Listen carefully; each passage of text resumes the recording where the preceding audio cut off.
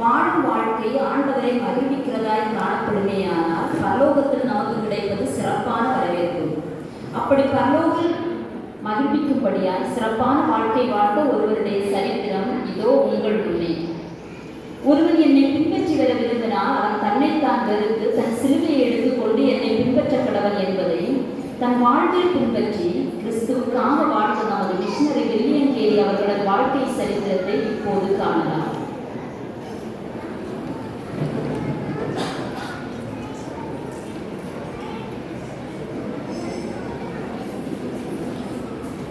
காட்சி 1.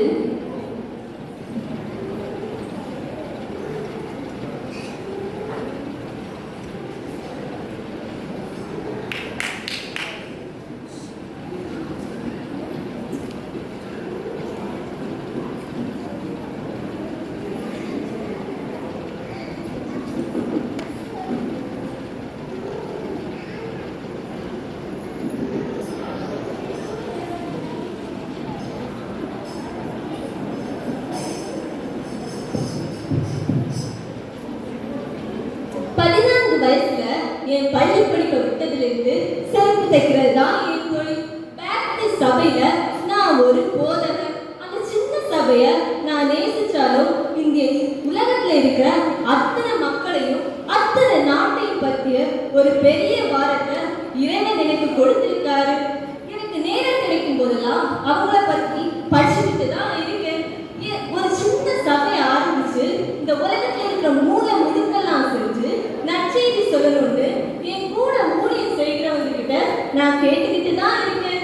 என்னைக்கு நடக்குதோ தெரியல.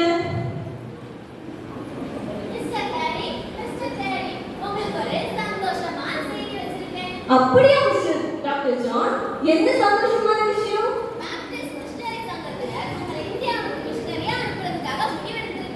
அப்படியா டாக்டர் ஜான்? நான் பல வருஷம் கண்ட ஜபத்துக்கான பதில கர்த்தர் இன்னைக்கு தந்திருக்காரு. தேவனே, உம்மை அறியாத ஜனங்களிடத்தில் உம்மை பற்றி அறிவிக்க எனக்கு ஒரு வாய்ப்பு தந்திருக்கீங்க. உம்மிடத்திலிருந்து பெரிய காரியங்களை எதிர்பார்த்து உமக்காக பெரிய காரியங்கள் செய்ய என்னை அர்ப்பணிக்கிறேன். தேவனே, வழி நடத்துங்க.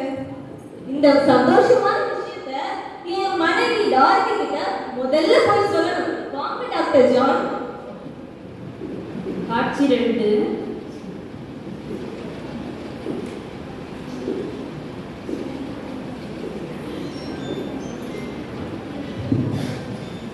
என்னம்மா டார்கி, ரொம்ப டயர்டா இருக்க போல இருக்கு.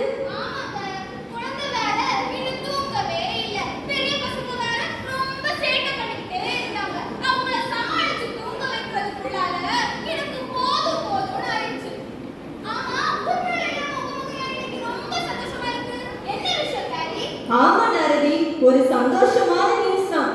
என்னையும் டாக்டர் ஜான் தாமஸையும் இந்தியாவுக்கு மிஷனரிகளா அனுப்ப பேப்டிஸ்ட் மிஷனரி சங்கம் முடிவெடுத்திருக்காங்க. நான் பல நாள் ஜெபிச்ச ஜெபத்துக்கான பதில கர்த்தர் இன்னைக்கு காண செய்திருக்காரு. நாம எல்லாரும் சேர்ந்துதான் இந்தியாவுக்கு போக போறோம். என்ன கேரி சொல்றீங்க? ஒரு 6 மாசம் கூட ஆகாத பிஞ்சு குழந்தையும் 2 சேட்டக்கார பசங்களை கூட்டிட்டு எப்படி கேரி? எப்படி உங்களால இப்படி சொல்ல முடியுது? ஓ மை டியர், கர்த்தர் நமக்காக ஒரு பாதையை ஆயத்தம் பண்ணி தந்திருக்காரு. அவருக்காக நாம எதுவும் செய்யாம இருந்தா அது தப்பு டார்கி. அதுக்காக இந்தியா மாதிரி ஒரு கடினமான கிளைமேட்டிக் கண்டிஷன் இருக்கிற நாட்டுக்கு போகணும்னு நினைக்கிறது ஒரு முட்டாள்தனமான முடிவு. தாரதி, ஒருவேளை உங்க தங்கச்சிக்கு இந்தியா உங்க கூட இந்தியாவுக்கு வரதா இருந்தா உங்களுக்கு இந்தியா வர சம்மதமா? வா, இந்தியாவுக்கா? நான் உங்க கூட வரேன். எனக்கு இந்தியாவை சுத்தி பார்க்கணும்னு ரொம்ப நாள் ஆசை. அக்கா, நான் உங்க கூட வரேன். தைரியமா இருங்க. வர கேரி, மொழியோ இடமோ ஆட்களையோ யாரையுமே தெரியாது. தெரியாத ஒரு இடத்துல போய் எப்படி நம்ம சமாளிக்க போறோம்? பயப்படாதீங்க டாரதி, நான் தான் கொல்கத்தால மருத்துவ பணிபுரிஞ்சிருக்கேன்ல. நானும் உங்களோட தான் வரேன். நிச்சயமா உங்களோட மிஷனரி பயணத்துல உங்களுக்கு உதவியா இருப்பேன். டாக்டர் ஜான் தாமஸ், நீங்களும் எங்க கூட மிஷனரியா வரது எங்களுக்கு ரொம்ப சந்தோஷம். டாரதி, நீ எதை பத்தியும் கலங்க தேவையில்லை. கர்த்தர் நமக்கு பாதுகாப்பா இருப்பாருமா. நாம எல்லாரும் இந்தியாவுக்கு கிளம்பலாம். அழைப்பின் குரல் கேட்டு அயல்நாட்டில் ஆண்டவரின் அர்ப்பணி செய்ய ஆயத்தமானார் வில்லியம் கேரி. நீங்கள் உலகமெங்கும் போய் சர்வ சிருஷ்டிக்கும் சுவிசேஷ ஆண்டவரே, இதோ அடியேன் இருக்கிறேன், என்னை அனுப்பும் என்று தன்னை ஒப்புக் கொடுத்தார். தனது அன்புக்குரிய தேசமாகிய இங்கிலாந்தையும் பாசமிக்க உறவினர்களையும் நண்பர்களையும் விட்டுவிட்டு வினோதமான தேசமாகிய முன்பின் தெரியாத மக்கள் மத்தியில் வாழ முடிவு செய்தார் வில்லியம் கேரி. காட்சி 3. குடும்பத்துடன் இந்தியா புறப்படுகின்றார் கேரி.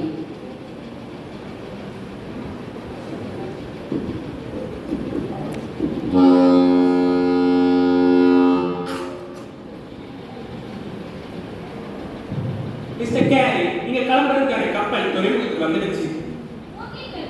போகலாம். யார் இவரு? பெட்டி படுக்கிற உள்ள குட்டியோட எங்க கிளம்புறாரு? இவரா? பேரு வில்லியம் கேரியா. செருப்பு தைக்கிற வேலை செய்து கொண்டிருந்தாராம். இந்தியாவுக்கு மிஷனரியாக போறாராம். போய் போய் இங்கிலாந்து நாட்டுல இருந்து ஒரு செருப்பு தைக்கிறவரை அனுப்பி வைக்க போறாங்க. இவரெல்லாம் அங்க போய் என்ன சாதிக்க போறாருன்னு தெரியல. நீ வா, நம்ம வேலையை பார்ப்போம். 1793ஆம் ஆண்டு தனது 32வது வயதில் இந்தியா வர ஆயத்தமானார்.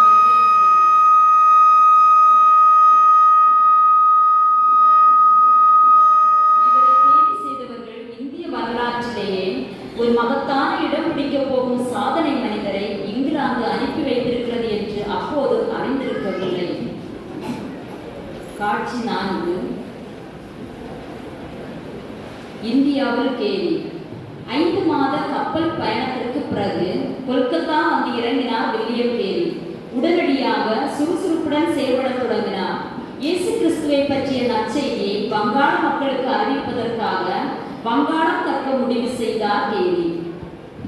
ஆஹா, என் மனசுக்கு பிடிச்ச மாதிரி இந்தியாவுக்கு வந்தாச்சு. இதுதான் கொல்கத்தாவும். என்ன அழகான நாடு, சுறுசுறுப்பான மக்கள், எங்க பார்த்தாலும் நீரோடைகள், வயல்வெளிகள். ஆஹா, உண்மையாவே அரண்மனைக்கு தயாரா தான் இருக்கு.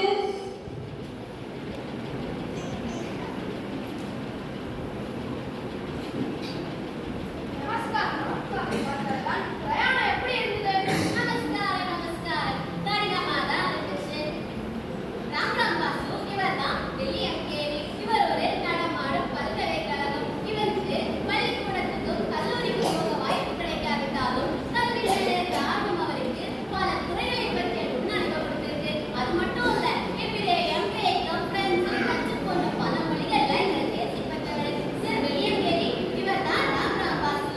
உங்களுக்கு வங்காள மொழியை கற்றுக் கொடுக்க போறவர். இவரு வங்காள மொழியில புலமை பெற்றவர். உங்களுக்கு படிக்கிறதுக்கும் மொழிபெயர்க்கிறதுக்கும் இவர் உதவியா இருப்பாரு. அப்போ ராம், நம்ம வங்காள மொழி கற்க ஆரம்பிச்சிடலாம்னு நினைக்கிறேன். நிச்சயமா கேரி, நிச்சயமா. மிகுந்த சிரமப்பட்டு வங்காள மொழியை கற்றுக்கொண்டு மக்களுக்கு இறைநாதர் இயேசுவின் நற்செய்தியை அறிவித்து போதனை செய்ய ஆரம்பித்தார் கேரி. எல்லா மனிதர்களுக்கும் அவரவர் சொந்த மொழிகள் வேதாகமத்தை மொழிபெயர்த்து கொடுக்க வேண்டும் என்ற எண்ணத்தோடு இன்னும் அநேக மொழிகளை கற்க ஆரம்பித்தார். சமஸ்கிருதம், மராத்தி, தெலுங்கு, கன்னடம், ஒரியா, பஞ்சாபி, காஷ்மீரி, குஜராத்தி, நேபாளி, அசாமி ஆகிய மொழிகளை கற்று அவற்றுக்கு இலக்கண நூல்கள் வெளியிடும் அளவுக்கு புலமை பெற்றார் கேரி.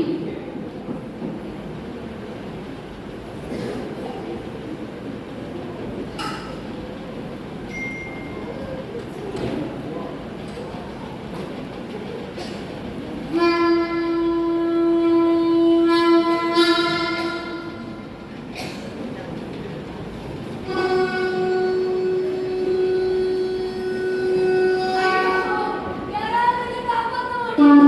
என்ன உயிரோட இருக்க போறாங்க.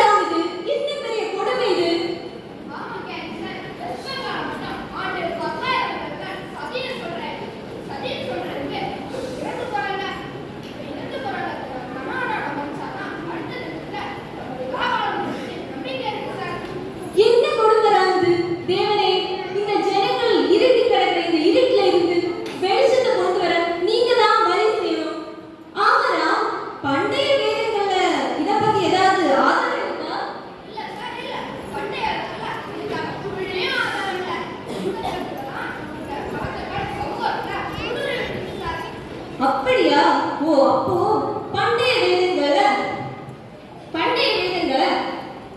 வங்காள மொழியை மொழிபெயர்த்து அவங்கள படிச்சு புரிஞ்சுக்க செய்யணும். இதை சட்டப்பூர்வமா மொழிக்க நான் கவர்னருக்கு இப்பவே கடிதம் எழுத போறேன். என்னாச்சு? எதுக்கு கூப்பிடுறீங்க? என்னாச்சு?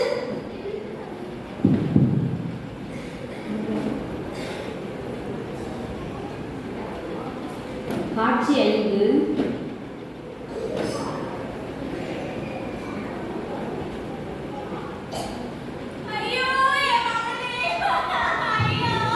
என்னாச்சு?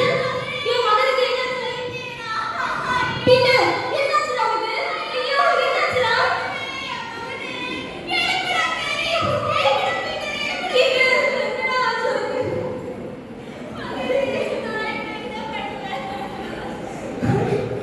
பீட்டர், ஏன் இந்த பக்கம் போயிட்டே பீட்டர்?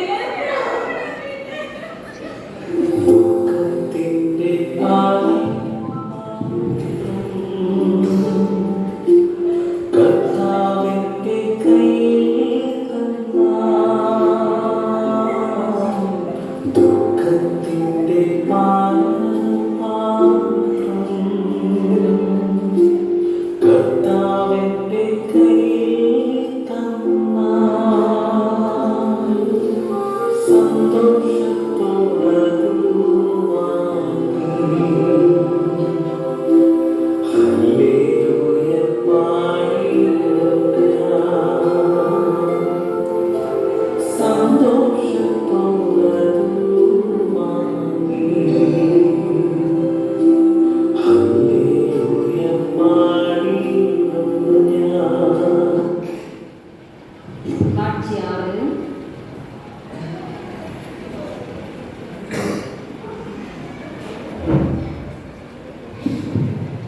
என் செல்ல மகன் என்னை விட்டு பிரிஞ்ச வழி என் மனசுலே இருக்கு. அந்த வலியை விட இந்த இந்திய மக்களை ஆட்டி படைக்கிற இந்த கொடுமையை நினைக்கும் போது என் நெஞ்செல்லாம் சுக்குநூறா உடைஞ்சு போகுது.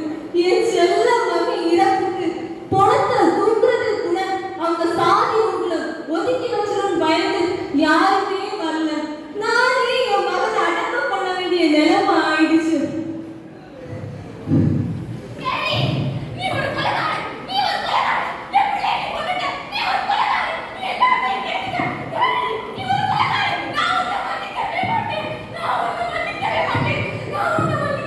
சரிம்மா, சரி, அழாத. வா, ரெஸ்ட் எடுத்துக்கோ.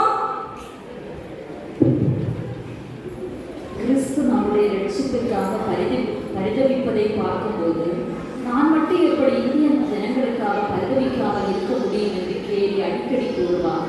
ஆபத்தான சாதகமற்ற சூழல், வறுமை, பசி, வியாதிகள், மகளின் மரணம், மனநோயால் பாதிக்கப்பட்ட மனைவி, எந்த சூழ்நிலையாலுமே கிறிஸ்துவின் மேல் அவர் வைத்திருந்த அன்பிலிருந்து அவரை பிரிக்க இயலவில்லை. தேவனுக்காக தொலைநோக்கு பார்வையுடன் தொடர்ந்து ஓடினார் கேலி. ஹலோ மிஸ்டர் கேரி, நான் தான் வில்லியம் வார்ட். நான் ஒரு அச்சுக்கலை நிபுணர். 6 வருஷத்துக்கு முன்னாடி இங்கிலாந்துல நீங்க என்ன சந்திச்சப்போ இந்த மாதிரி அச்சுக்கலை தெரிஞ்சவங்களோட பணி இந்திய நாட்டுக்கு மிகவும் அவசியம்னு நீங்க சொல்லியிருந்தீங்க. அப்ப சொன்னதுல இருந்து அது என் இருதயத்துல ஆழமா பதிஞ்சிருச்சு. அன்னையில இருந்து உங்களோட இணைந்து இந்தியாவில நான் எப்ப பணி செய்வேன்னு ஆவலா காத்துக்கிட்டு இருந்தேன்.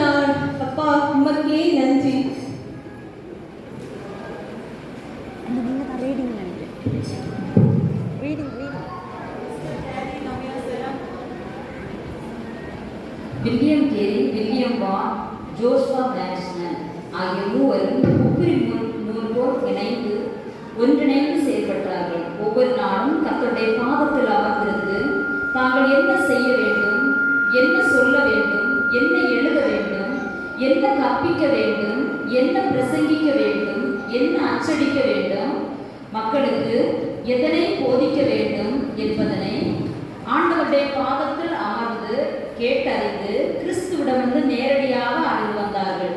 விரைவிலேயே அவர்களது ஊழியத்திற்கான பலனையும் காணத் தொடங்கினார்கள். காட்சி 8.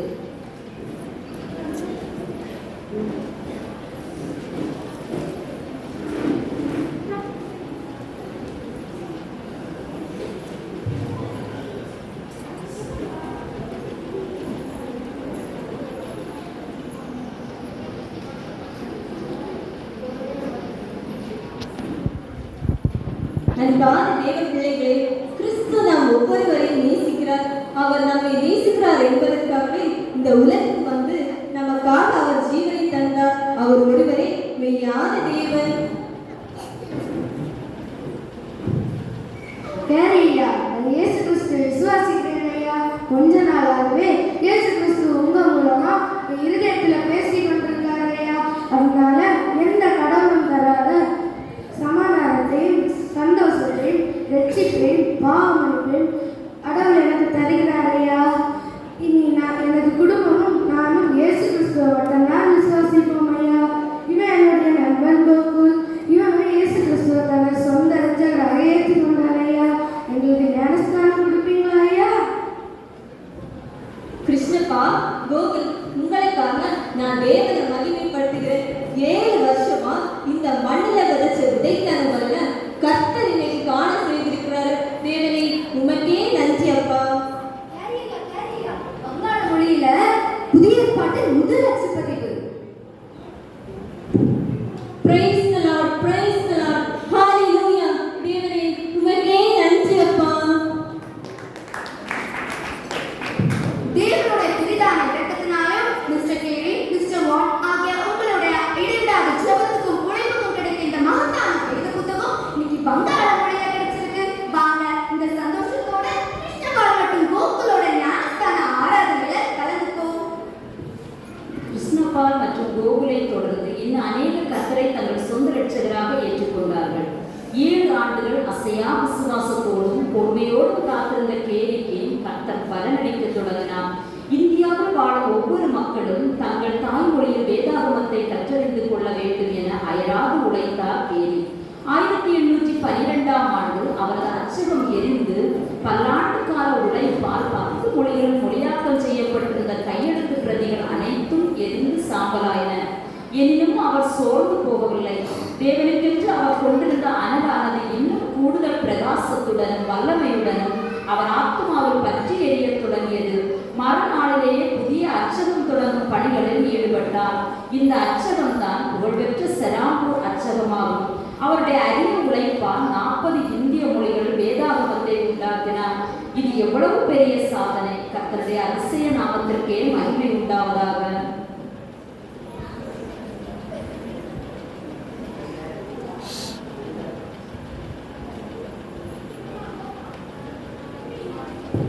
மிஸ்டர் கேரி புதிதாக பதவியேற்ற கவர்னர் உடன்கட்டை ஏறுவதை தடை செய்யும் சட்டத்தை அதிகாரப்பூர்வமாக ஆணையிட்டுள்ளார். இதனை மங்கள மொழியில் பேர்த்து தருமாறு உங்களிடம் ஒப்படைக்க தந்திருக்கிறார். Praise the Lord. தேவனே, இத்தனை வருஷமா இந்த ஒரு வேலைக்காக நான் பட்ட கஷ்டத்தை நீங்க நடத்தி கொடுத்துட்டீங்க அப்பா.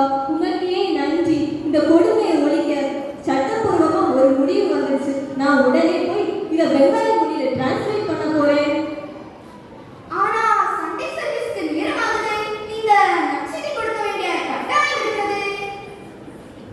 இல்ல மிஸ்டர் மாஸ்டர், நான் இப்பவே இதை மொழிபெயர்த்தாகணும். நாம தாமதிக்கிற ஒவ்வொரு நிமிஷமும் ஏதோ ஒரு மூலையில ஏதோ ஒரு பொண்ணோட வாழ்க்கை பறி போயிட்டு இருக்கு. மிஸ்டர் வாட், நீங்க இன்னைக்கு நற்செய்தி கொடுங்க. மிஸ்டர் மாஸ்டர், இன்னைக்கு அவருக்கு உதவியா இருக்க. நான் இப்பவே என் வேலையை தொடங்க போறேன். தேவன் தனக்கு கொடுத்த காலத்தையும் தருணத்தையும் தவற விடாமல் ஜெபத்துடன் தாழ்மையை தரித்து கிறிஸ்துவை மேன்மைப்படுத்தி அவருக்காக பெரிய காரியங்களை சாதித்தார் கேரி. 40 இந்திய மொழிகள் வேதாகமத்தை மொழியாக்கம் செய்தார். 18 இடங்களில் சபைகளை ஸ்தாபித்தார். சுவிசேஷத்தை பிரசங்கித்ததோடு அவர் ஆற்றிய சமுதாய சீர்திருத்த பணிகளும் சேவைகளும் எண்ணற்றவை. சதி மற்றும் குழந்தை கொலைக்கு எதிரான அரசாங்க சட்டம் ஏற்ற அரும்பாடுபட்டார். இவர்தான் தொழுநோயாளிகளை உயிரோடு எரிக்கும் கொடுமை, குழந்தை விபச்சாரம், அடிமை தொழில், சாதி பிரிவு ஆகிய தீமைகளை எதிர்த்து போராடினார். கேரியின் பணிகள் தேசிய அளவில் இந்தியாவின் பொருளாதார மற்றும் அரசியல் வளர்ச்சிக்கு பெரிதும் உதவின. த ஸ்டேட்மெண்ட் மேன் என்கிற ஆங்கில செய்தித்தாளை வெளியிட்டார். சமாச்சார் தர்பன் என்ற முதல் இந்திய நாளிதழை வெளியிட்ட பெருமையும் கேரியையே சாரும். அனைத்து சாதி பிரிவினரையும் சேர்ந்த சுமார் 8000க்கும் மேற்பட்ட இந்திய சிறுவர்களுக்காக 100க்கும் அதிகமான கிறிஸ்தவ பள்ளிகளை தொடங்கினார். வில்லியம் கேரியால் தான் இந்தியாவில் முதல் முறையாக பெண் பிள்ளைகளுக்கான பள்ளிக்கூடங்கள் திறக்கப்பட்டது. உயர்கல்வி கற்க செராம்பூரில் கல்லூரியை நிறுவி அதில் பேராசிரியராகவும் செயல்பட்டார். தாவரவியல், சமூக அறிவியல், இலக்கியம் ஆகிய பல்வேறு துறைகளில் அறிவுப்புலமை பெறுவதற்காக 132 புத்தகங்களை எழுதினார். இவரது உயரிய பணிகளால் ஆயிரக்கணக்கான இந்தியர்களுக்கு வேலை வாய்ப்பு கிடைத்தது. இவரை கௌரவிக்கும்படியாக 1993ஆம் ஆண்டு இந்திய அரசாங்கம் கேரியின் புகைப்படத்துடன் கூடிய தபால் தலை ஒன்றை வெளியிட்டது. தன்னுடைய வாழ்க்கை முழுவதிலும் கிறிஸ்துவை மாத்திரமே முன்னிறுத்தி அவருக்காக பெரிய காரியங்களை சாதித்து நல்ல போராட்டத்தை போராடிய கேரி 1834ஆம் ஆண்டு ஜூன் மாதம் 9ஆம் தேதி தன் 72ஆம் வயதில் இந்திய நாட்டிலேயே தன் ஓட்டத்தை முடித்தார்.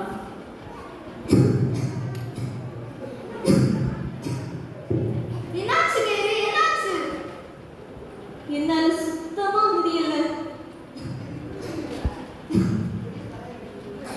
நான் போனதுக்கு அப்புறம் டாக்டர் கேரியை பத்தி யார்கிட்டையும் சொல்ல வேண்டாம். டாக்டர் கேரி மீட்பரை பத்தி சுவிசேஷம் பண்ணுங்க.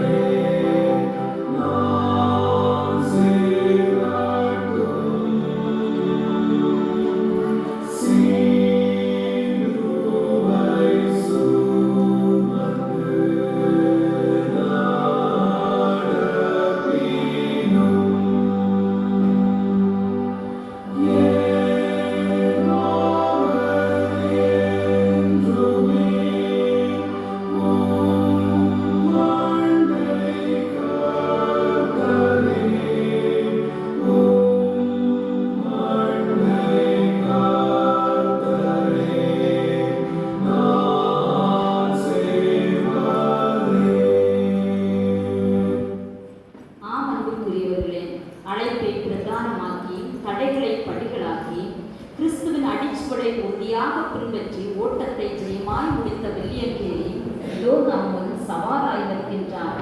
காற்றை கவனிக்கிறவன் விதைக்க மாட்டான், மேகத்தை நோக்குகிறவன் அறுக்க மாட்டான் என்ற வேத வார்த்தையில் சொல்லப்பட்டது போல சூழ்நிலையை முன்னிறுத்தி இறை சமூகத்தை விட்டு பின்வாங்காதே. எது வந்தாலும் கிறிஸ்துவின் அன்பை விட்டு என்னை பிரிக்க மாட்டான் என்ற நிச்சயத்தோடு முன் வருவாயா? இயேசு உன்னை அழைக்கின்றார்.